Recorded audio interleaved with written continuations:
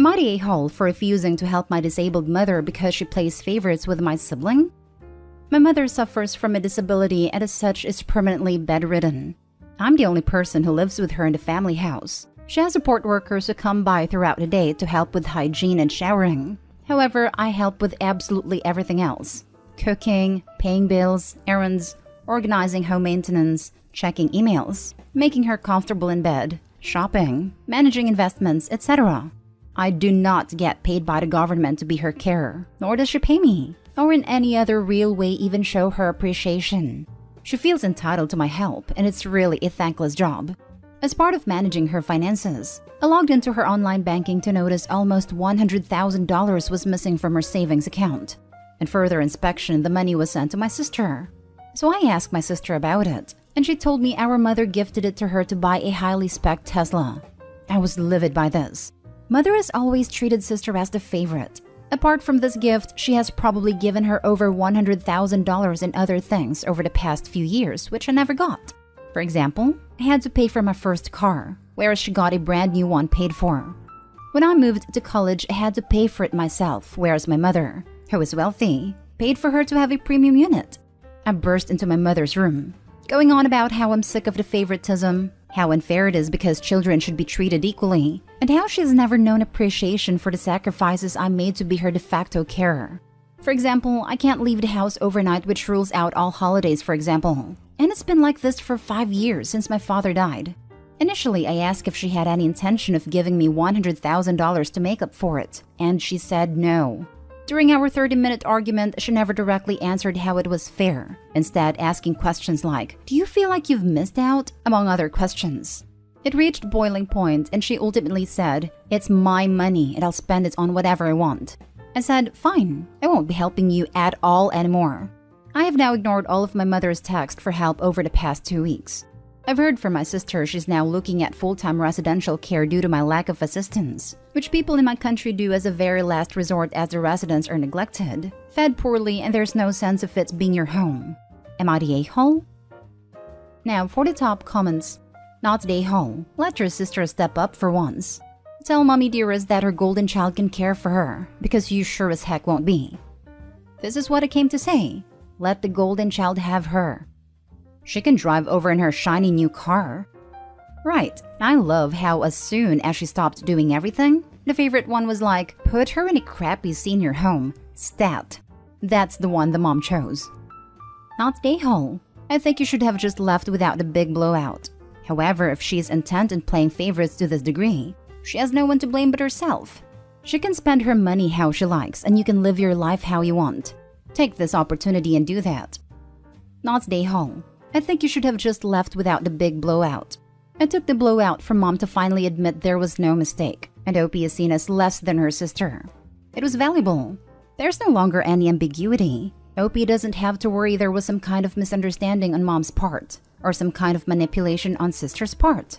Both mom and sister are totally fine with Opie carrying all the burden without any of the thanks. She's right. It's her money and she can do what she wants with it. But it's your life, and that means you can do what you want with that. And you are in no way obligated to spend that life catering to the whim of a woman who treats you like her personal slave. Let your sister sort this one. See how long the sister sticks around when she realizes all your mom's money is being spent on carers rather than your sister.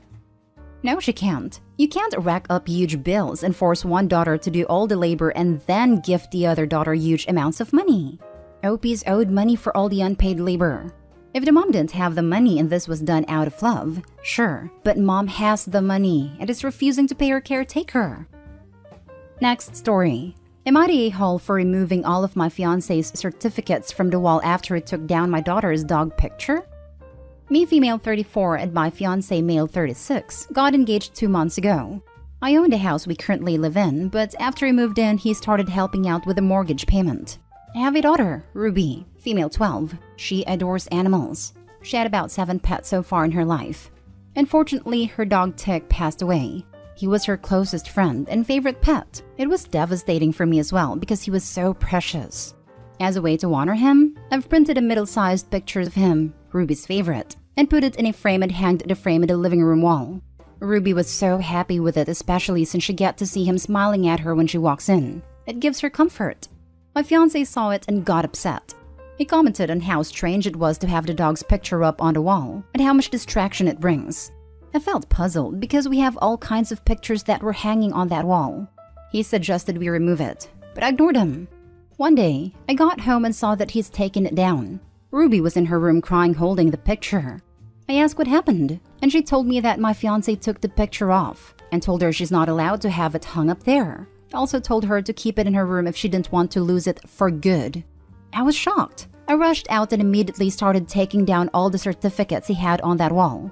His doctorate, master's, and bachelor's degrees, and about 4 to 5 other certificates as well. All of them I took down and put it in the bedroom. He discovered what I did and snapped at me and said that it's his house as well and I should respect his input. In my defense, I told him that since my daughter has to keep it in her room, then he too has to keep his certificates in his room according to his logic. He yelled at me demanding that I stop nagging him and acting childishly and spitefully. He wanted to put them back up, but I refused and said that if he does that, then Tick's picture will be put back up as well. He yelled about how I disrespected him at his achievements and treated them as trash and then stormed out.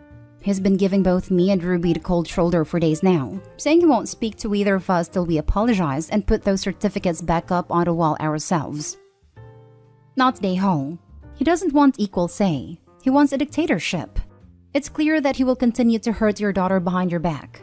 I will reevaluate my relationship. He told me it's his house too now, so he should be able to have a say in it. I find this illogical because he's only paid 2 months' worth of mortgage, unlike me who put all my savings and sold important items to be able to get this house.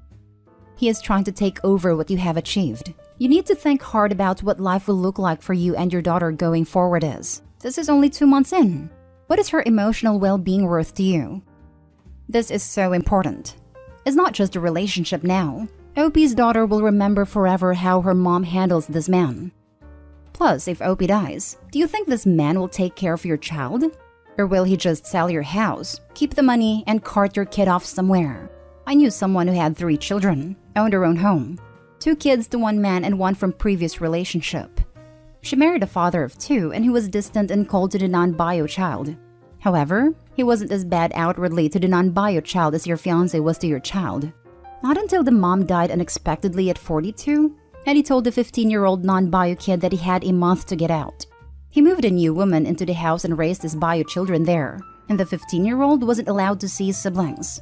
Lost his mom, siblings, and home all in the same month. He lived with a maternal aunt on her sofa for a few years as she had no space for him. Not stay home. He took a picture of your grieving child's dog, threatened her, told you that your house is also his, yelled at you, and demanded an apology.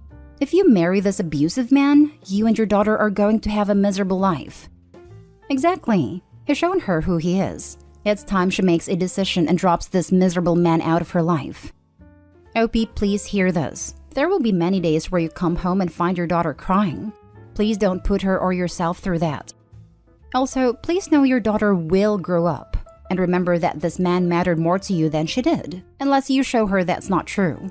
Sticking around in this scenario may also have an unintended impact on her future relationships. Do you really want her to land in a relationship like the one you have with your fiancé? Next story is titled, Am I the a-hole for choosing to not get involved when my daughter threw away my wife's shampoo collection? I, 39, got married to my wife, Nellie, 36, months ago. I have to say that Nellie and my daughter, her stepdaughter, Megan, 16, never gotten along. They have lots of disagreements, had nothing in common, and it was obvious since the first day they met. But I didn't do anything about it, thinking they'd move past their differences and warm up to each other the longer they spent time together. I was wrong, because once we moved in together, the fights got worse.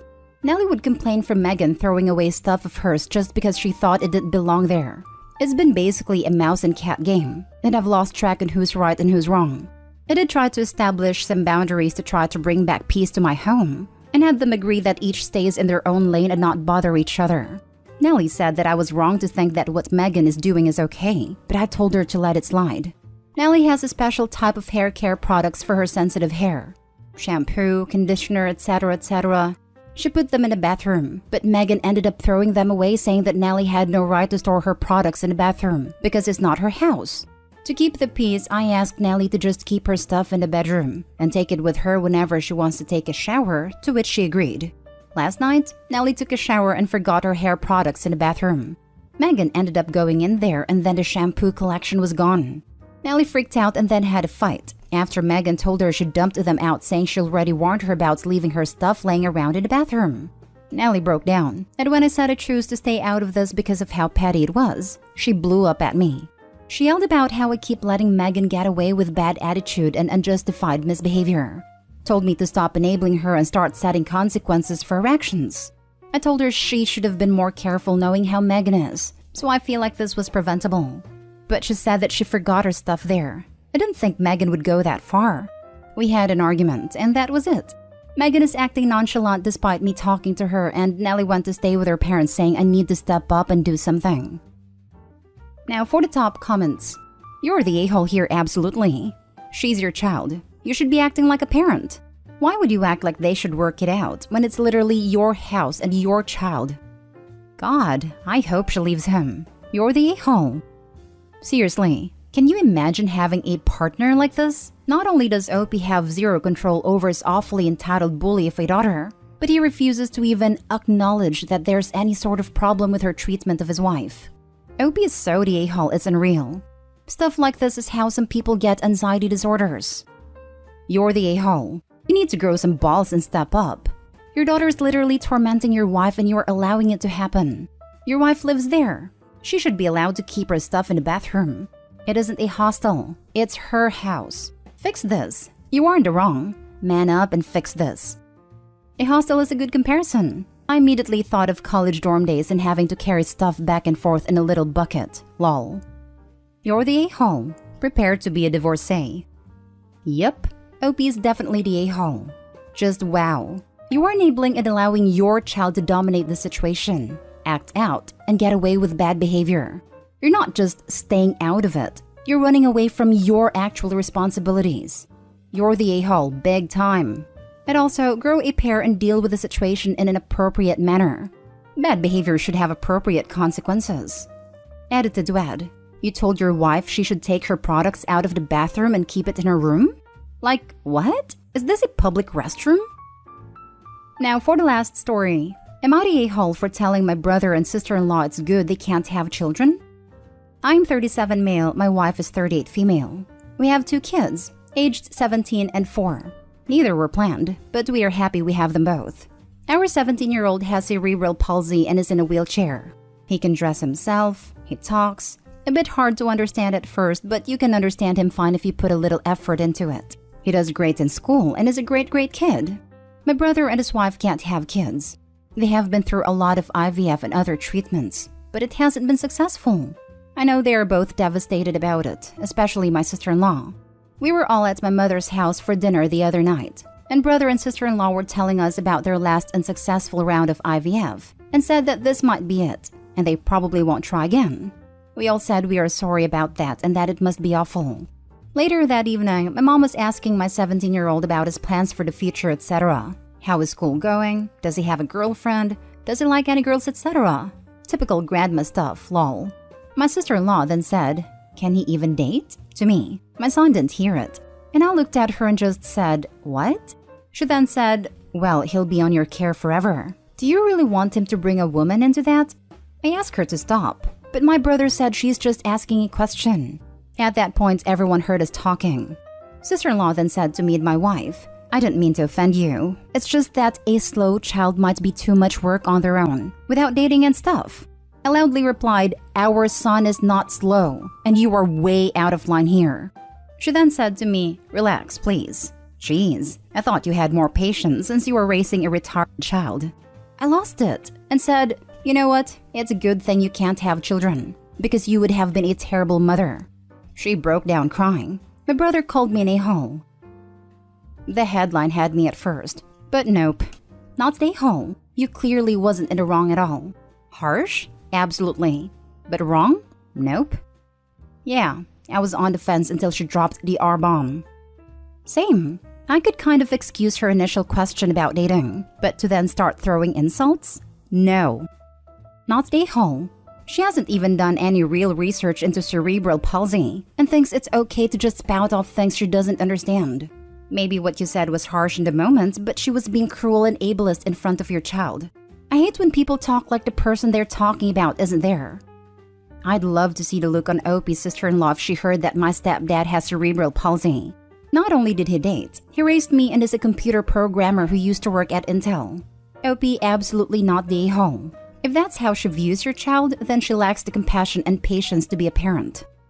One of the managers at my old workplace has cerebral palsy. The only impairment he has compared to others is that he uses a wheelchair. Opie's sister-in-law is a massive a-hole. Imagine one of your nieces or nephews being disabled and doing literally no research into it.